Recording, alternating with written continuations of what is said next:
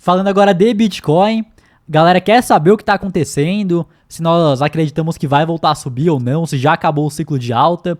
Bitcoin hoje sendo negociado a 82 mil dólares, sendo que já bateu abaixo dos 70 mil dólares. Então aqui no fundo, ó, chegou, pior que aqui não tá dando para pegar, mas se for pegar o gráfico diário mesmo, nós chegamos a ver Bitcoin aí abaixo dos 78, aí, aqui 78. Ó, se eu não me engano chegou até 76, sendo que o topo que nós tivemos ainda esse ano, hein, Renan?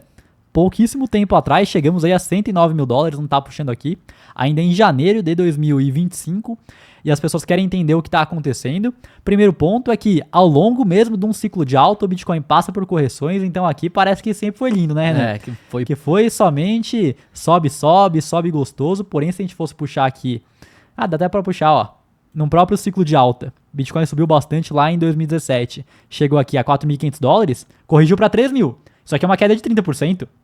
Que mais nós tivemos aqui? Lá atrás, ainda em 2000 e... Que fase que essa aqui é 2013. Bitcoin chegou aqui a 120 dólares, chegou a cair para 68. Uma queda de quase 50%. Então, primeiro ponto que correções são normais no Bitcoin. Até nesse próprio ciclo de alta que nós tivemos correções no Bitcoin também. Então... Eu lembro quando teve a aprovação do ETF, que ele caiu logo depois também. Exato. Então tiveram sim correções, até no ciclo de alta aí, ó. Teve correção aqui de 29, 30 mil dólares, chegou a cair o Bitcoin para 25 mil dólares. Teve correção mais para frente também, onde o Bitcoin... foi uma correção também, de 43 para 41, mas tiveram correções maiores também. Exato, aqui eu lembro que aprovou o ETF... não, aqui já não foi aprovação de ETF, não. Antes de aprovar o ETF, tava 40 e pouco, caiu também. Então, correções são normais.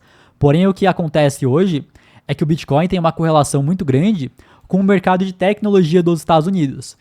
Eu não acredito que ele esteja na mesma categoria, porém, o investidor institucional, que é quem movimenta muito dinheiro, acredita nisso, então vê criptomoeda, tecnologia, Bitcoin, acaba associando muito ao índice de tecnologia lá dos Estados Unidos. Então você pega, por exemplo, o Nasdaq, não foi somente o Bitcoin que corrigiu. Então, até mesmo a Bolsa Americana corrigiu bastante. Então deixa eu ir Nasdaq.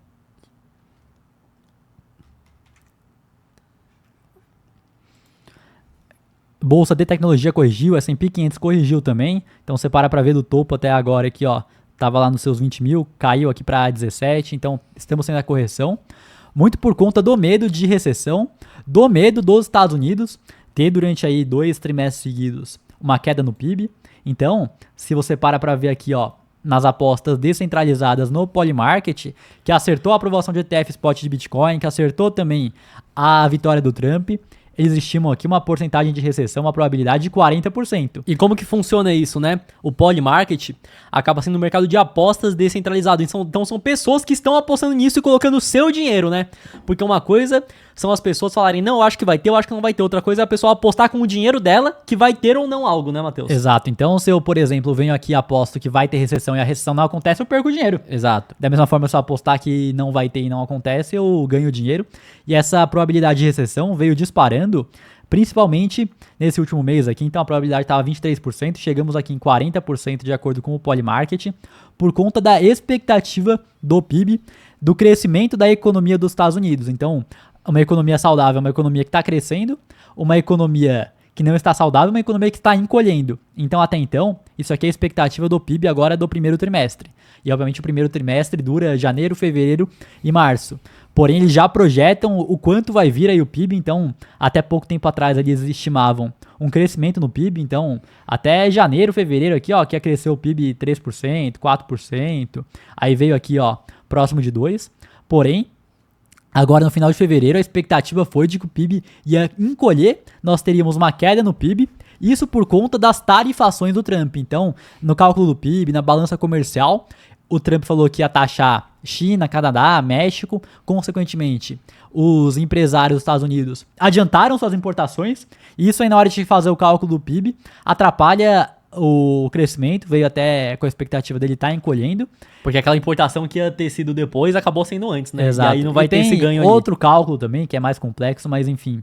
E muito por conta dessa guerra comercial. Então o Trump chegou falando que vai taxar todo mundo, que produtos agora para entrar nos Estados Unidos vai ter taxa, da mesma forma que outros países taxam os Estados Unidos para entrarem os produtos norte-americanos nos outros países. Ele falou que ia taxar, veio com essa guerra comercial, e isso aí foi negativo para o crescimento do PIB, e é negativo também para a inflação, porque se nós temos mais taxas, mais impostos, consequentemente, o produto fica mais caro. Exato. É só você parar pra lembrar aí, aqui no Brasil, quando começaram com a taxação aí, comprinha da Shein, do AliExpress, o produto ficou mais caro. Você tá pagando mais caro hoje na sua comprinha da Shein ou não tá? Você tá pagando mais caro, por exemplo, igual aquela plaquinha lá do Bitcoin que nós temos, que foi da China, ou não tá? Você tá pagando mais caro, então no final das contas, taxação mais impostos acabam caindo sim sobre o consumidor, que é a ponta final. Exato, e um problema grande que os Estados Unidos vive hoje é a inflação.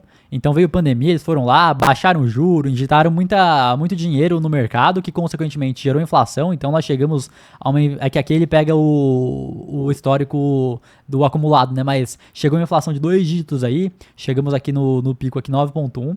A inflação veio desacelerando porque eles começaram a subir a taxa de juros, porém a meta de inflação lá nos Estados Unidos é de 2%, e eles levam isso muito a sério, né? Não é que nem aqui no Brasil, que a meta é 3%, mas se ficar 1,5% acima ainda tá tranquilo, 4,5%, Tá de vai boa. empurrando, lá não. A meta da inflação é bem, como eu posso dizer, não agressiva, né, mas é bem levada a sério mesmo. Então, E a inflação lá dos Estados Unidos, né? Não a nossa.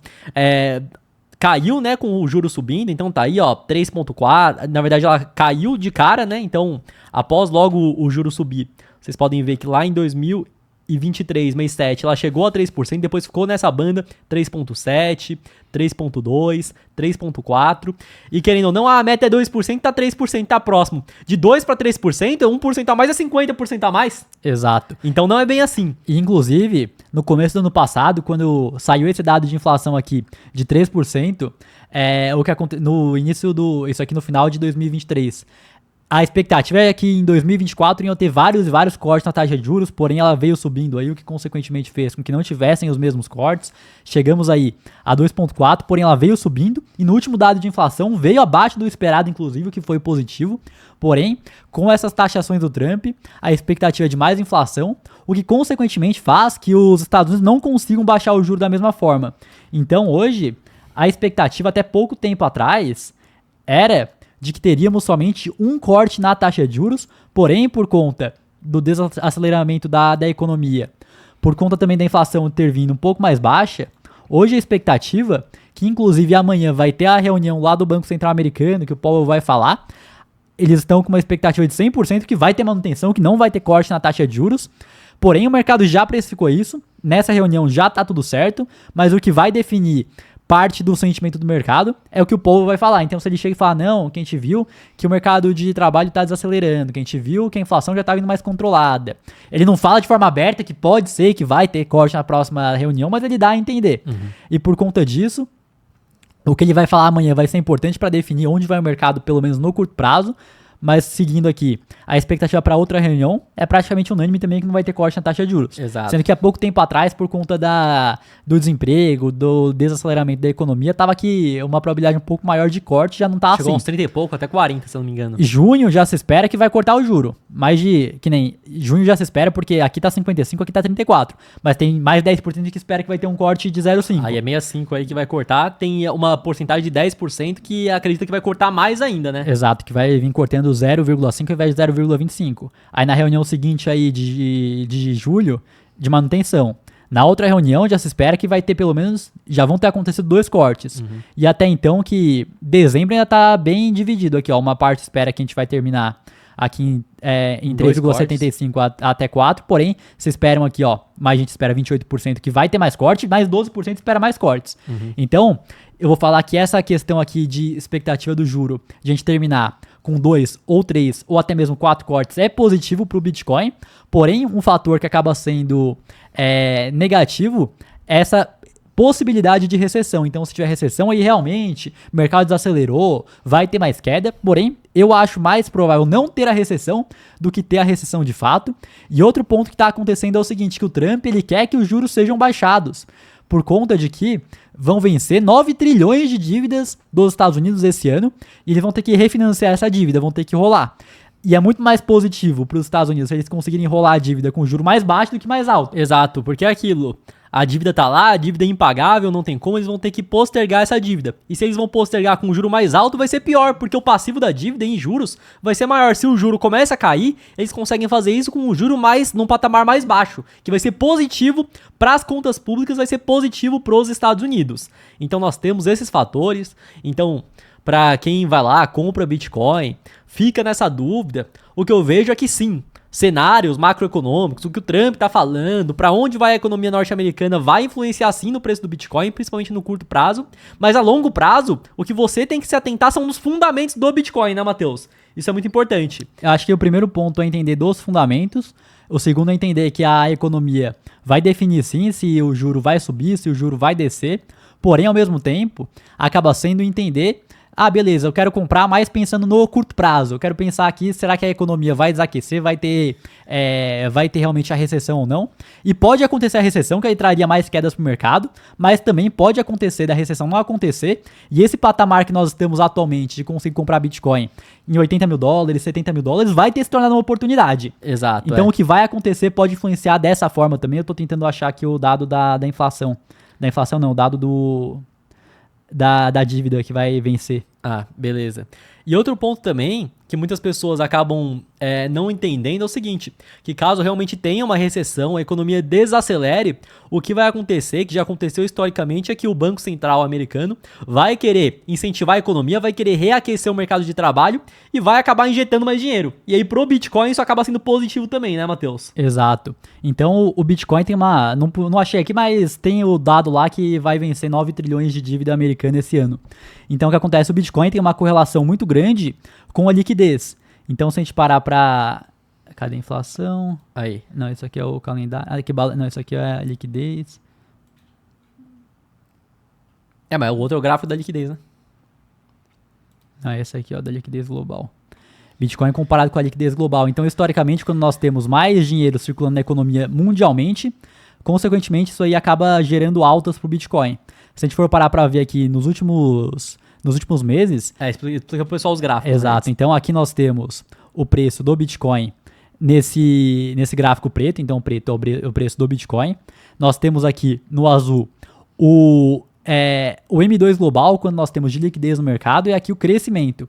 Então, se você parar para comparar, e ainda tem o delay, né? Então, primeiro sobe a liquidez, depois o preço do Bitcoin sobe. E até o momento que nós estamos, o que aconteceu foi que a liquidez subiu, porém ainda não refletiu no preço do Bitcoin. Então, se a gente parar para ver, o Bitcoin estava lateral durante bastante tempo aqui, aqui, se eu puxo aqui, aparece o preço. Nesse patamar aqui, Bitcoin estava lateral. Porém, o que aconteceu? O Bitcoin continuou lateral e a liquidez subiu. Você tá vendo aqui, né, Renan? O azul subiu e o Bitcoin ficou de lado. Porém, o Bitcoin veio acompanhar a liquidez depois, que foi o que eu comentei, existe esse atraso entre ter mais liquidez e o Bitcoin subir. Então, subiu a liquidez, o Bitcoin ficou lateral, depois o Bitcoin subiu. O que aconteceu? A liquidez caiu depois. O Bitcoin continuou lateral, não caiu. O Bitcoin veio reagir a essa queda que nós tivemos na liquidez recentemente, porém a liquidez voltou a subir e o Bitcoin está caindo ainda. Exato. Tem uma correlação de 0,8 de Bitcoin com a liquidez global. Então eu vejo que com mais dinheiro na economia é positivo para o Bitcoin. Isso que os Estados Unidos ainda não está aumentando o seu balanço, ainda não está injetando liquidez na economia. O Legui perguntou, mas o Fed pode injetar com o Fed pode injetar com o crédito assim? No final das contas, pode, ele tem esse controle. Eu vou falar dois fenômenos que acontecem aqui, que é o seguinte. Então isso aqui é o balanço patrimonial do Federal Reserve, o balanço patrimonial do Banco Central lá dos Estados Unidos. Então o que aconteceu foi que em 2020 eles aumentaram muito o balanço, injetaram dinheiro na economia por conta de estar tudo fechado, de ter que incentivar para as pessoas poderem comer, realmente incentivar a economia que está desaquecida por conta de estar todo mundo em casa. Foram lá, subiram a liquidez aqui, aumentaram o balanço. Chegamos em um pico aqui. Por conta da inflação estar muito alta, o que eles fizeram? Passaram a diminuir esse balanço. Então vocês podem ver que desde 2022 eles vêm tirando o balanço do Fed. Porém, o que acontece? Como que eles tiram esse balanço? É muito simples. Tem os títulos de dívida, tem os dólares na economia. Quando eles querem injetar dinheiro, é um fenômeno que chama quantitative easing, que easing acho que vem de fácil, né, que tá colocando. Então eles vão lá, pegam dólares e injetam na economia e tiram títulos públicos. Pegam os dólares que eles têm, colocam na economia e recompram os títulos públicos. Quando eles estão tirando liquidez da economia, chama quantitative tightening, que é o que acontece. Eles vão lá, pegam os dólares que estão na economia, tiram os dólares e entregam títulos públicos. Consequentemente, se eles estão tirando os dólares e entregando o título, tem o quê? Menos dinheiro na economia. Menos dólares. E é o que eles estão fazendo até o momento, retirando liquidez na economia. E eles estão retirando liquidez na economia e mesmo assim o M2 está subindo porque outros países estão botando dinheiro. Sim. Porém, o que acontece é o seguinte, que chegou em um patamar que eles somente retiraram dinheiro na economia que está afetando a economia dos Estados Unidos, tanto na parte de desemprego e tudo mais, de outros indicadores que nós temos, que eles vão ter que voltar a injetar. Até eu puxei aqui o próprio Polymarket. Praticamente o mercado todo já espera que em maio aqui, ó, o Will Fed end, que é o Quantitative Tightening, né, que é quando eles estão tirando liquidez da economia. 100% do mercado prevê que em maio eles vão parar de tirar essa liquidez e vão colocar liquidez, o que consequentemente também é positivo para o Bitcoin. Então, eu vejo que se não tiver recessão e com a liquidez subindo, que já está acontecendo, eu vejo que o Bitcoin tende a continuar subindo. Existe a possibilidade de ter recessão, ele cair no curto prazo, porém eu vejo que é o mais improvável nesse momento. Exato. E outro ponto também, não quer dizer que vendo esse cenário que nós acreditamos que o Bitcoin pode subir, que ele não pode ter mais quedas nesse meio do caminho ainda. Com certeza, então, ele tá a 82 mil dólares, tá nessa faixa aí dos 80 e poucos. Pode sim acontecer nesse curtíssimo prazo aí, dele cair dos 70, 70 e poucos, isso pode acontecer. Testar os 75, que é um suporte muito forte também, então realmente pode acontecer. Se o Paulo entra na reunião amanhã e fala, não, que não vai dar pra baixar o juro, com um cenário muito negativo, pode cair mais sim, porém por conta dos fatores que eu mostrei aqui, por conta da liquidez, por conta também disso aqui. Então o Trump vai falar com o Putin amanhã e vai falar com o Xi Jinping, que é essa notícia que não tá puxando, mas vai falar com o Xi Jinping ainda em abril. Então se ele vem conseguindo trazer uma trégua lá entre Rússia e Ucrânia, consequentemente a Rússia consegue fornecer energia para o resto do mundo, que barateia o custo da energia, o que ajuda na inflação, e se ele vem com um acordo com a China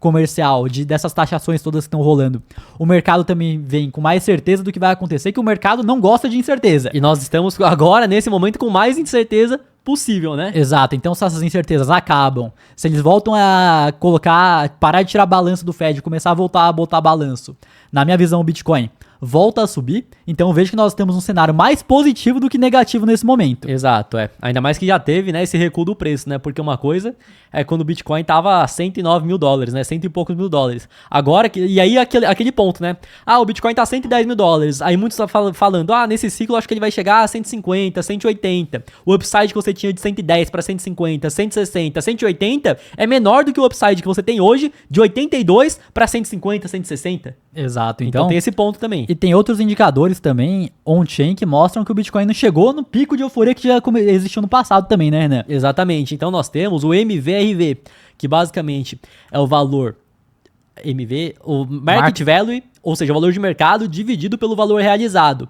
Simplificando para todos, é para ver se na média as pessoas que compraram Bitcoin estão no lucro ou no prejuízo. E como que sabem disso? Porque todos os dados do Bitcoin estão na blockchain, que são públicos. Então, por exemplo, se eu transferir um Bitcoin da minha carteira para a carteira do Matheus, vão ver que a data foi hoje, dia 18 de março, e que o preço do Bitcoin hoje estava em 82 mil dólares. 62 aí ia tá bom, né? Mas tá 82 mil dólares. Então, dessa forma, eles conseguem ver na média se as pessoas estão com lucro ou prejuízo. E é esse aqui o indicador. Então, o azulzinho mostra o MVRV, que ele vai variando, ele pode ficar abaixo de 1, entre 1, 2, 3, 4, então quer dizer que, por exemplo, com 2.41, que é nesse momento aqui, mas não é o momento atual, foi em maio de 2024, a média das pessoas que têm Bitcoin estavam com 2.4 vezes de lucro. E vocês podem ver que nos outros ciclos, então, por exemplo, lá em 2014... 2013 que foi o primeiro pico ali do 2013, Bitcoin, 2013 o primeiro pico do Bitcoin, o MVRV... Que ele bateu 1.000 dólares pela primeira vez. Ele passou de 10, não sei se vai dar pra pegar aí, mas 9 e pouco, passou de 10 o MVRV. Ou seja, as pessoas... Cadê, ó? Que ele chegou num patamar... Aí, ó. Passou de 10. 2013 acho que não chegou acima dos 100 dólares, mas não chegou acima dos 1.000. Mas tá aí, ó. Passou de 9 aí, Bitcoin a 185 dólares. Lá em 2017, quando o Bitcoin chegou pela primeira vez próximo dos 20 mil dólares. Quando ele tava em 16 mil dólares, próximo do topo, MVRV, tava em 9,15. 8 e pouco, mas tá acima de 9. Quando o Bitcoin bateu lá seus 57 mil dólares, Bitcoin tava acima, o MVRV tava acima de 7. Até então, o máximo de MVRV que nós tivemos, quando o Bitcoin tava 100 mil dólares, tava em 3. Exato. Chegou longe ainda do pico de euforia que já existiu no passado, então eu vejo que no momento de ciclo, através do MVRV, o Bitcoin ainda não bateu aquela euforia toda. E agora tá em A previsão previsão 1,75. Então eu começo a ficar mais esperto se o mercado já tá ficando realmente racional. Quando passar de 4, 4,5, no momento a gente tá 1,82. Então as pessoas na média não estão nem com 2 vezes lucro. Exato. Pode acontecer de ter uma recessão, de derrubar o mercado, mas eu vejo que é improvável, mesmo se tivesse, ia ter uma queda maior aí, porém os governos do mundo todo iam injetar dinheiro na economia para incentivar, para fazer com que a economia continuasse aquecida, consequentemente reflete no preço do Bitcoin pouco tempo depois. Exato. Foi acontecendo na pandemia, né, por exemplo. Foi lá, beleza, teve a crise e tudo mais. Bitcoin caiu 50% em um único dia. Chegou a 3 mil dólares, porém injetaram liquidez, injetaram dinheiro que nem loucos, consequentemente o preço do Bitcoin veio disparando.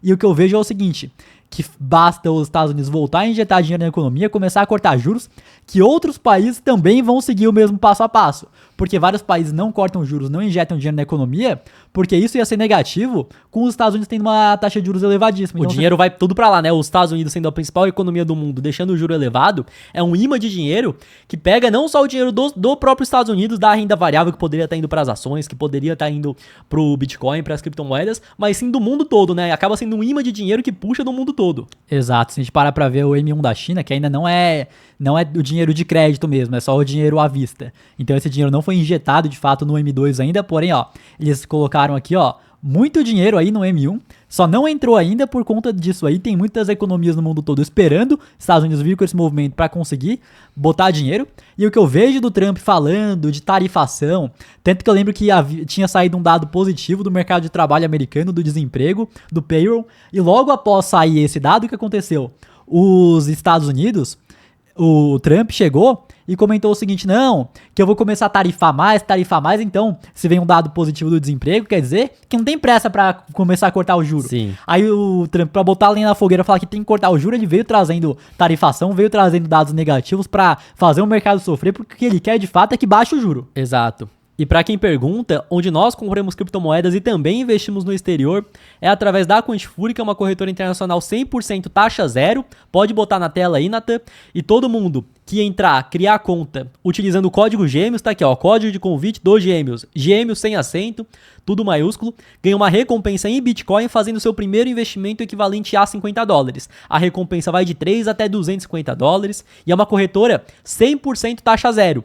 Tanto que eles mostram aqui, ó, na nossa página, que somente a nossa comunidade, pessoas que se cadastraram na Quantifury através do código Gêmeos, já economizaram, somando todo mundo, $748 mil em taxas. Não é só $748, $748 mil em taxas. Dá quase 10 bitcoins, né? Eu ia falar que dá 7, só que o Bitcoin é mais $100 mil, né? Dá quase 10 bitcoins aí, economizados em taxas. Eu, quando criei minha conta, ganhei $20. Renan ganhou $5.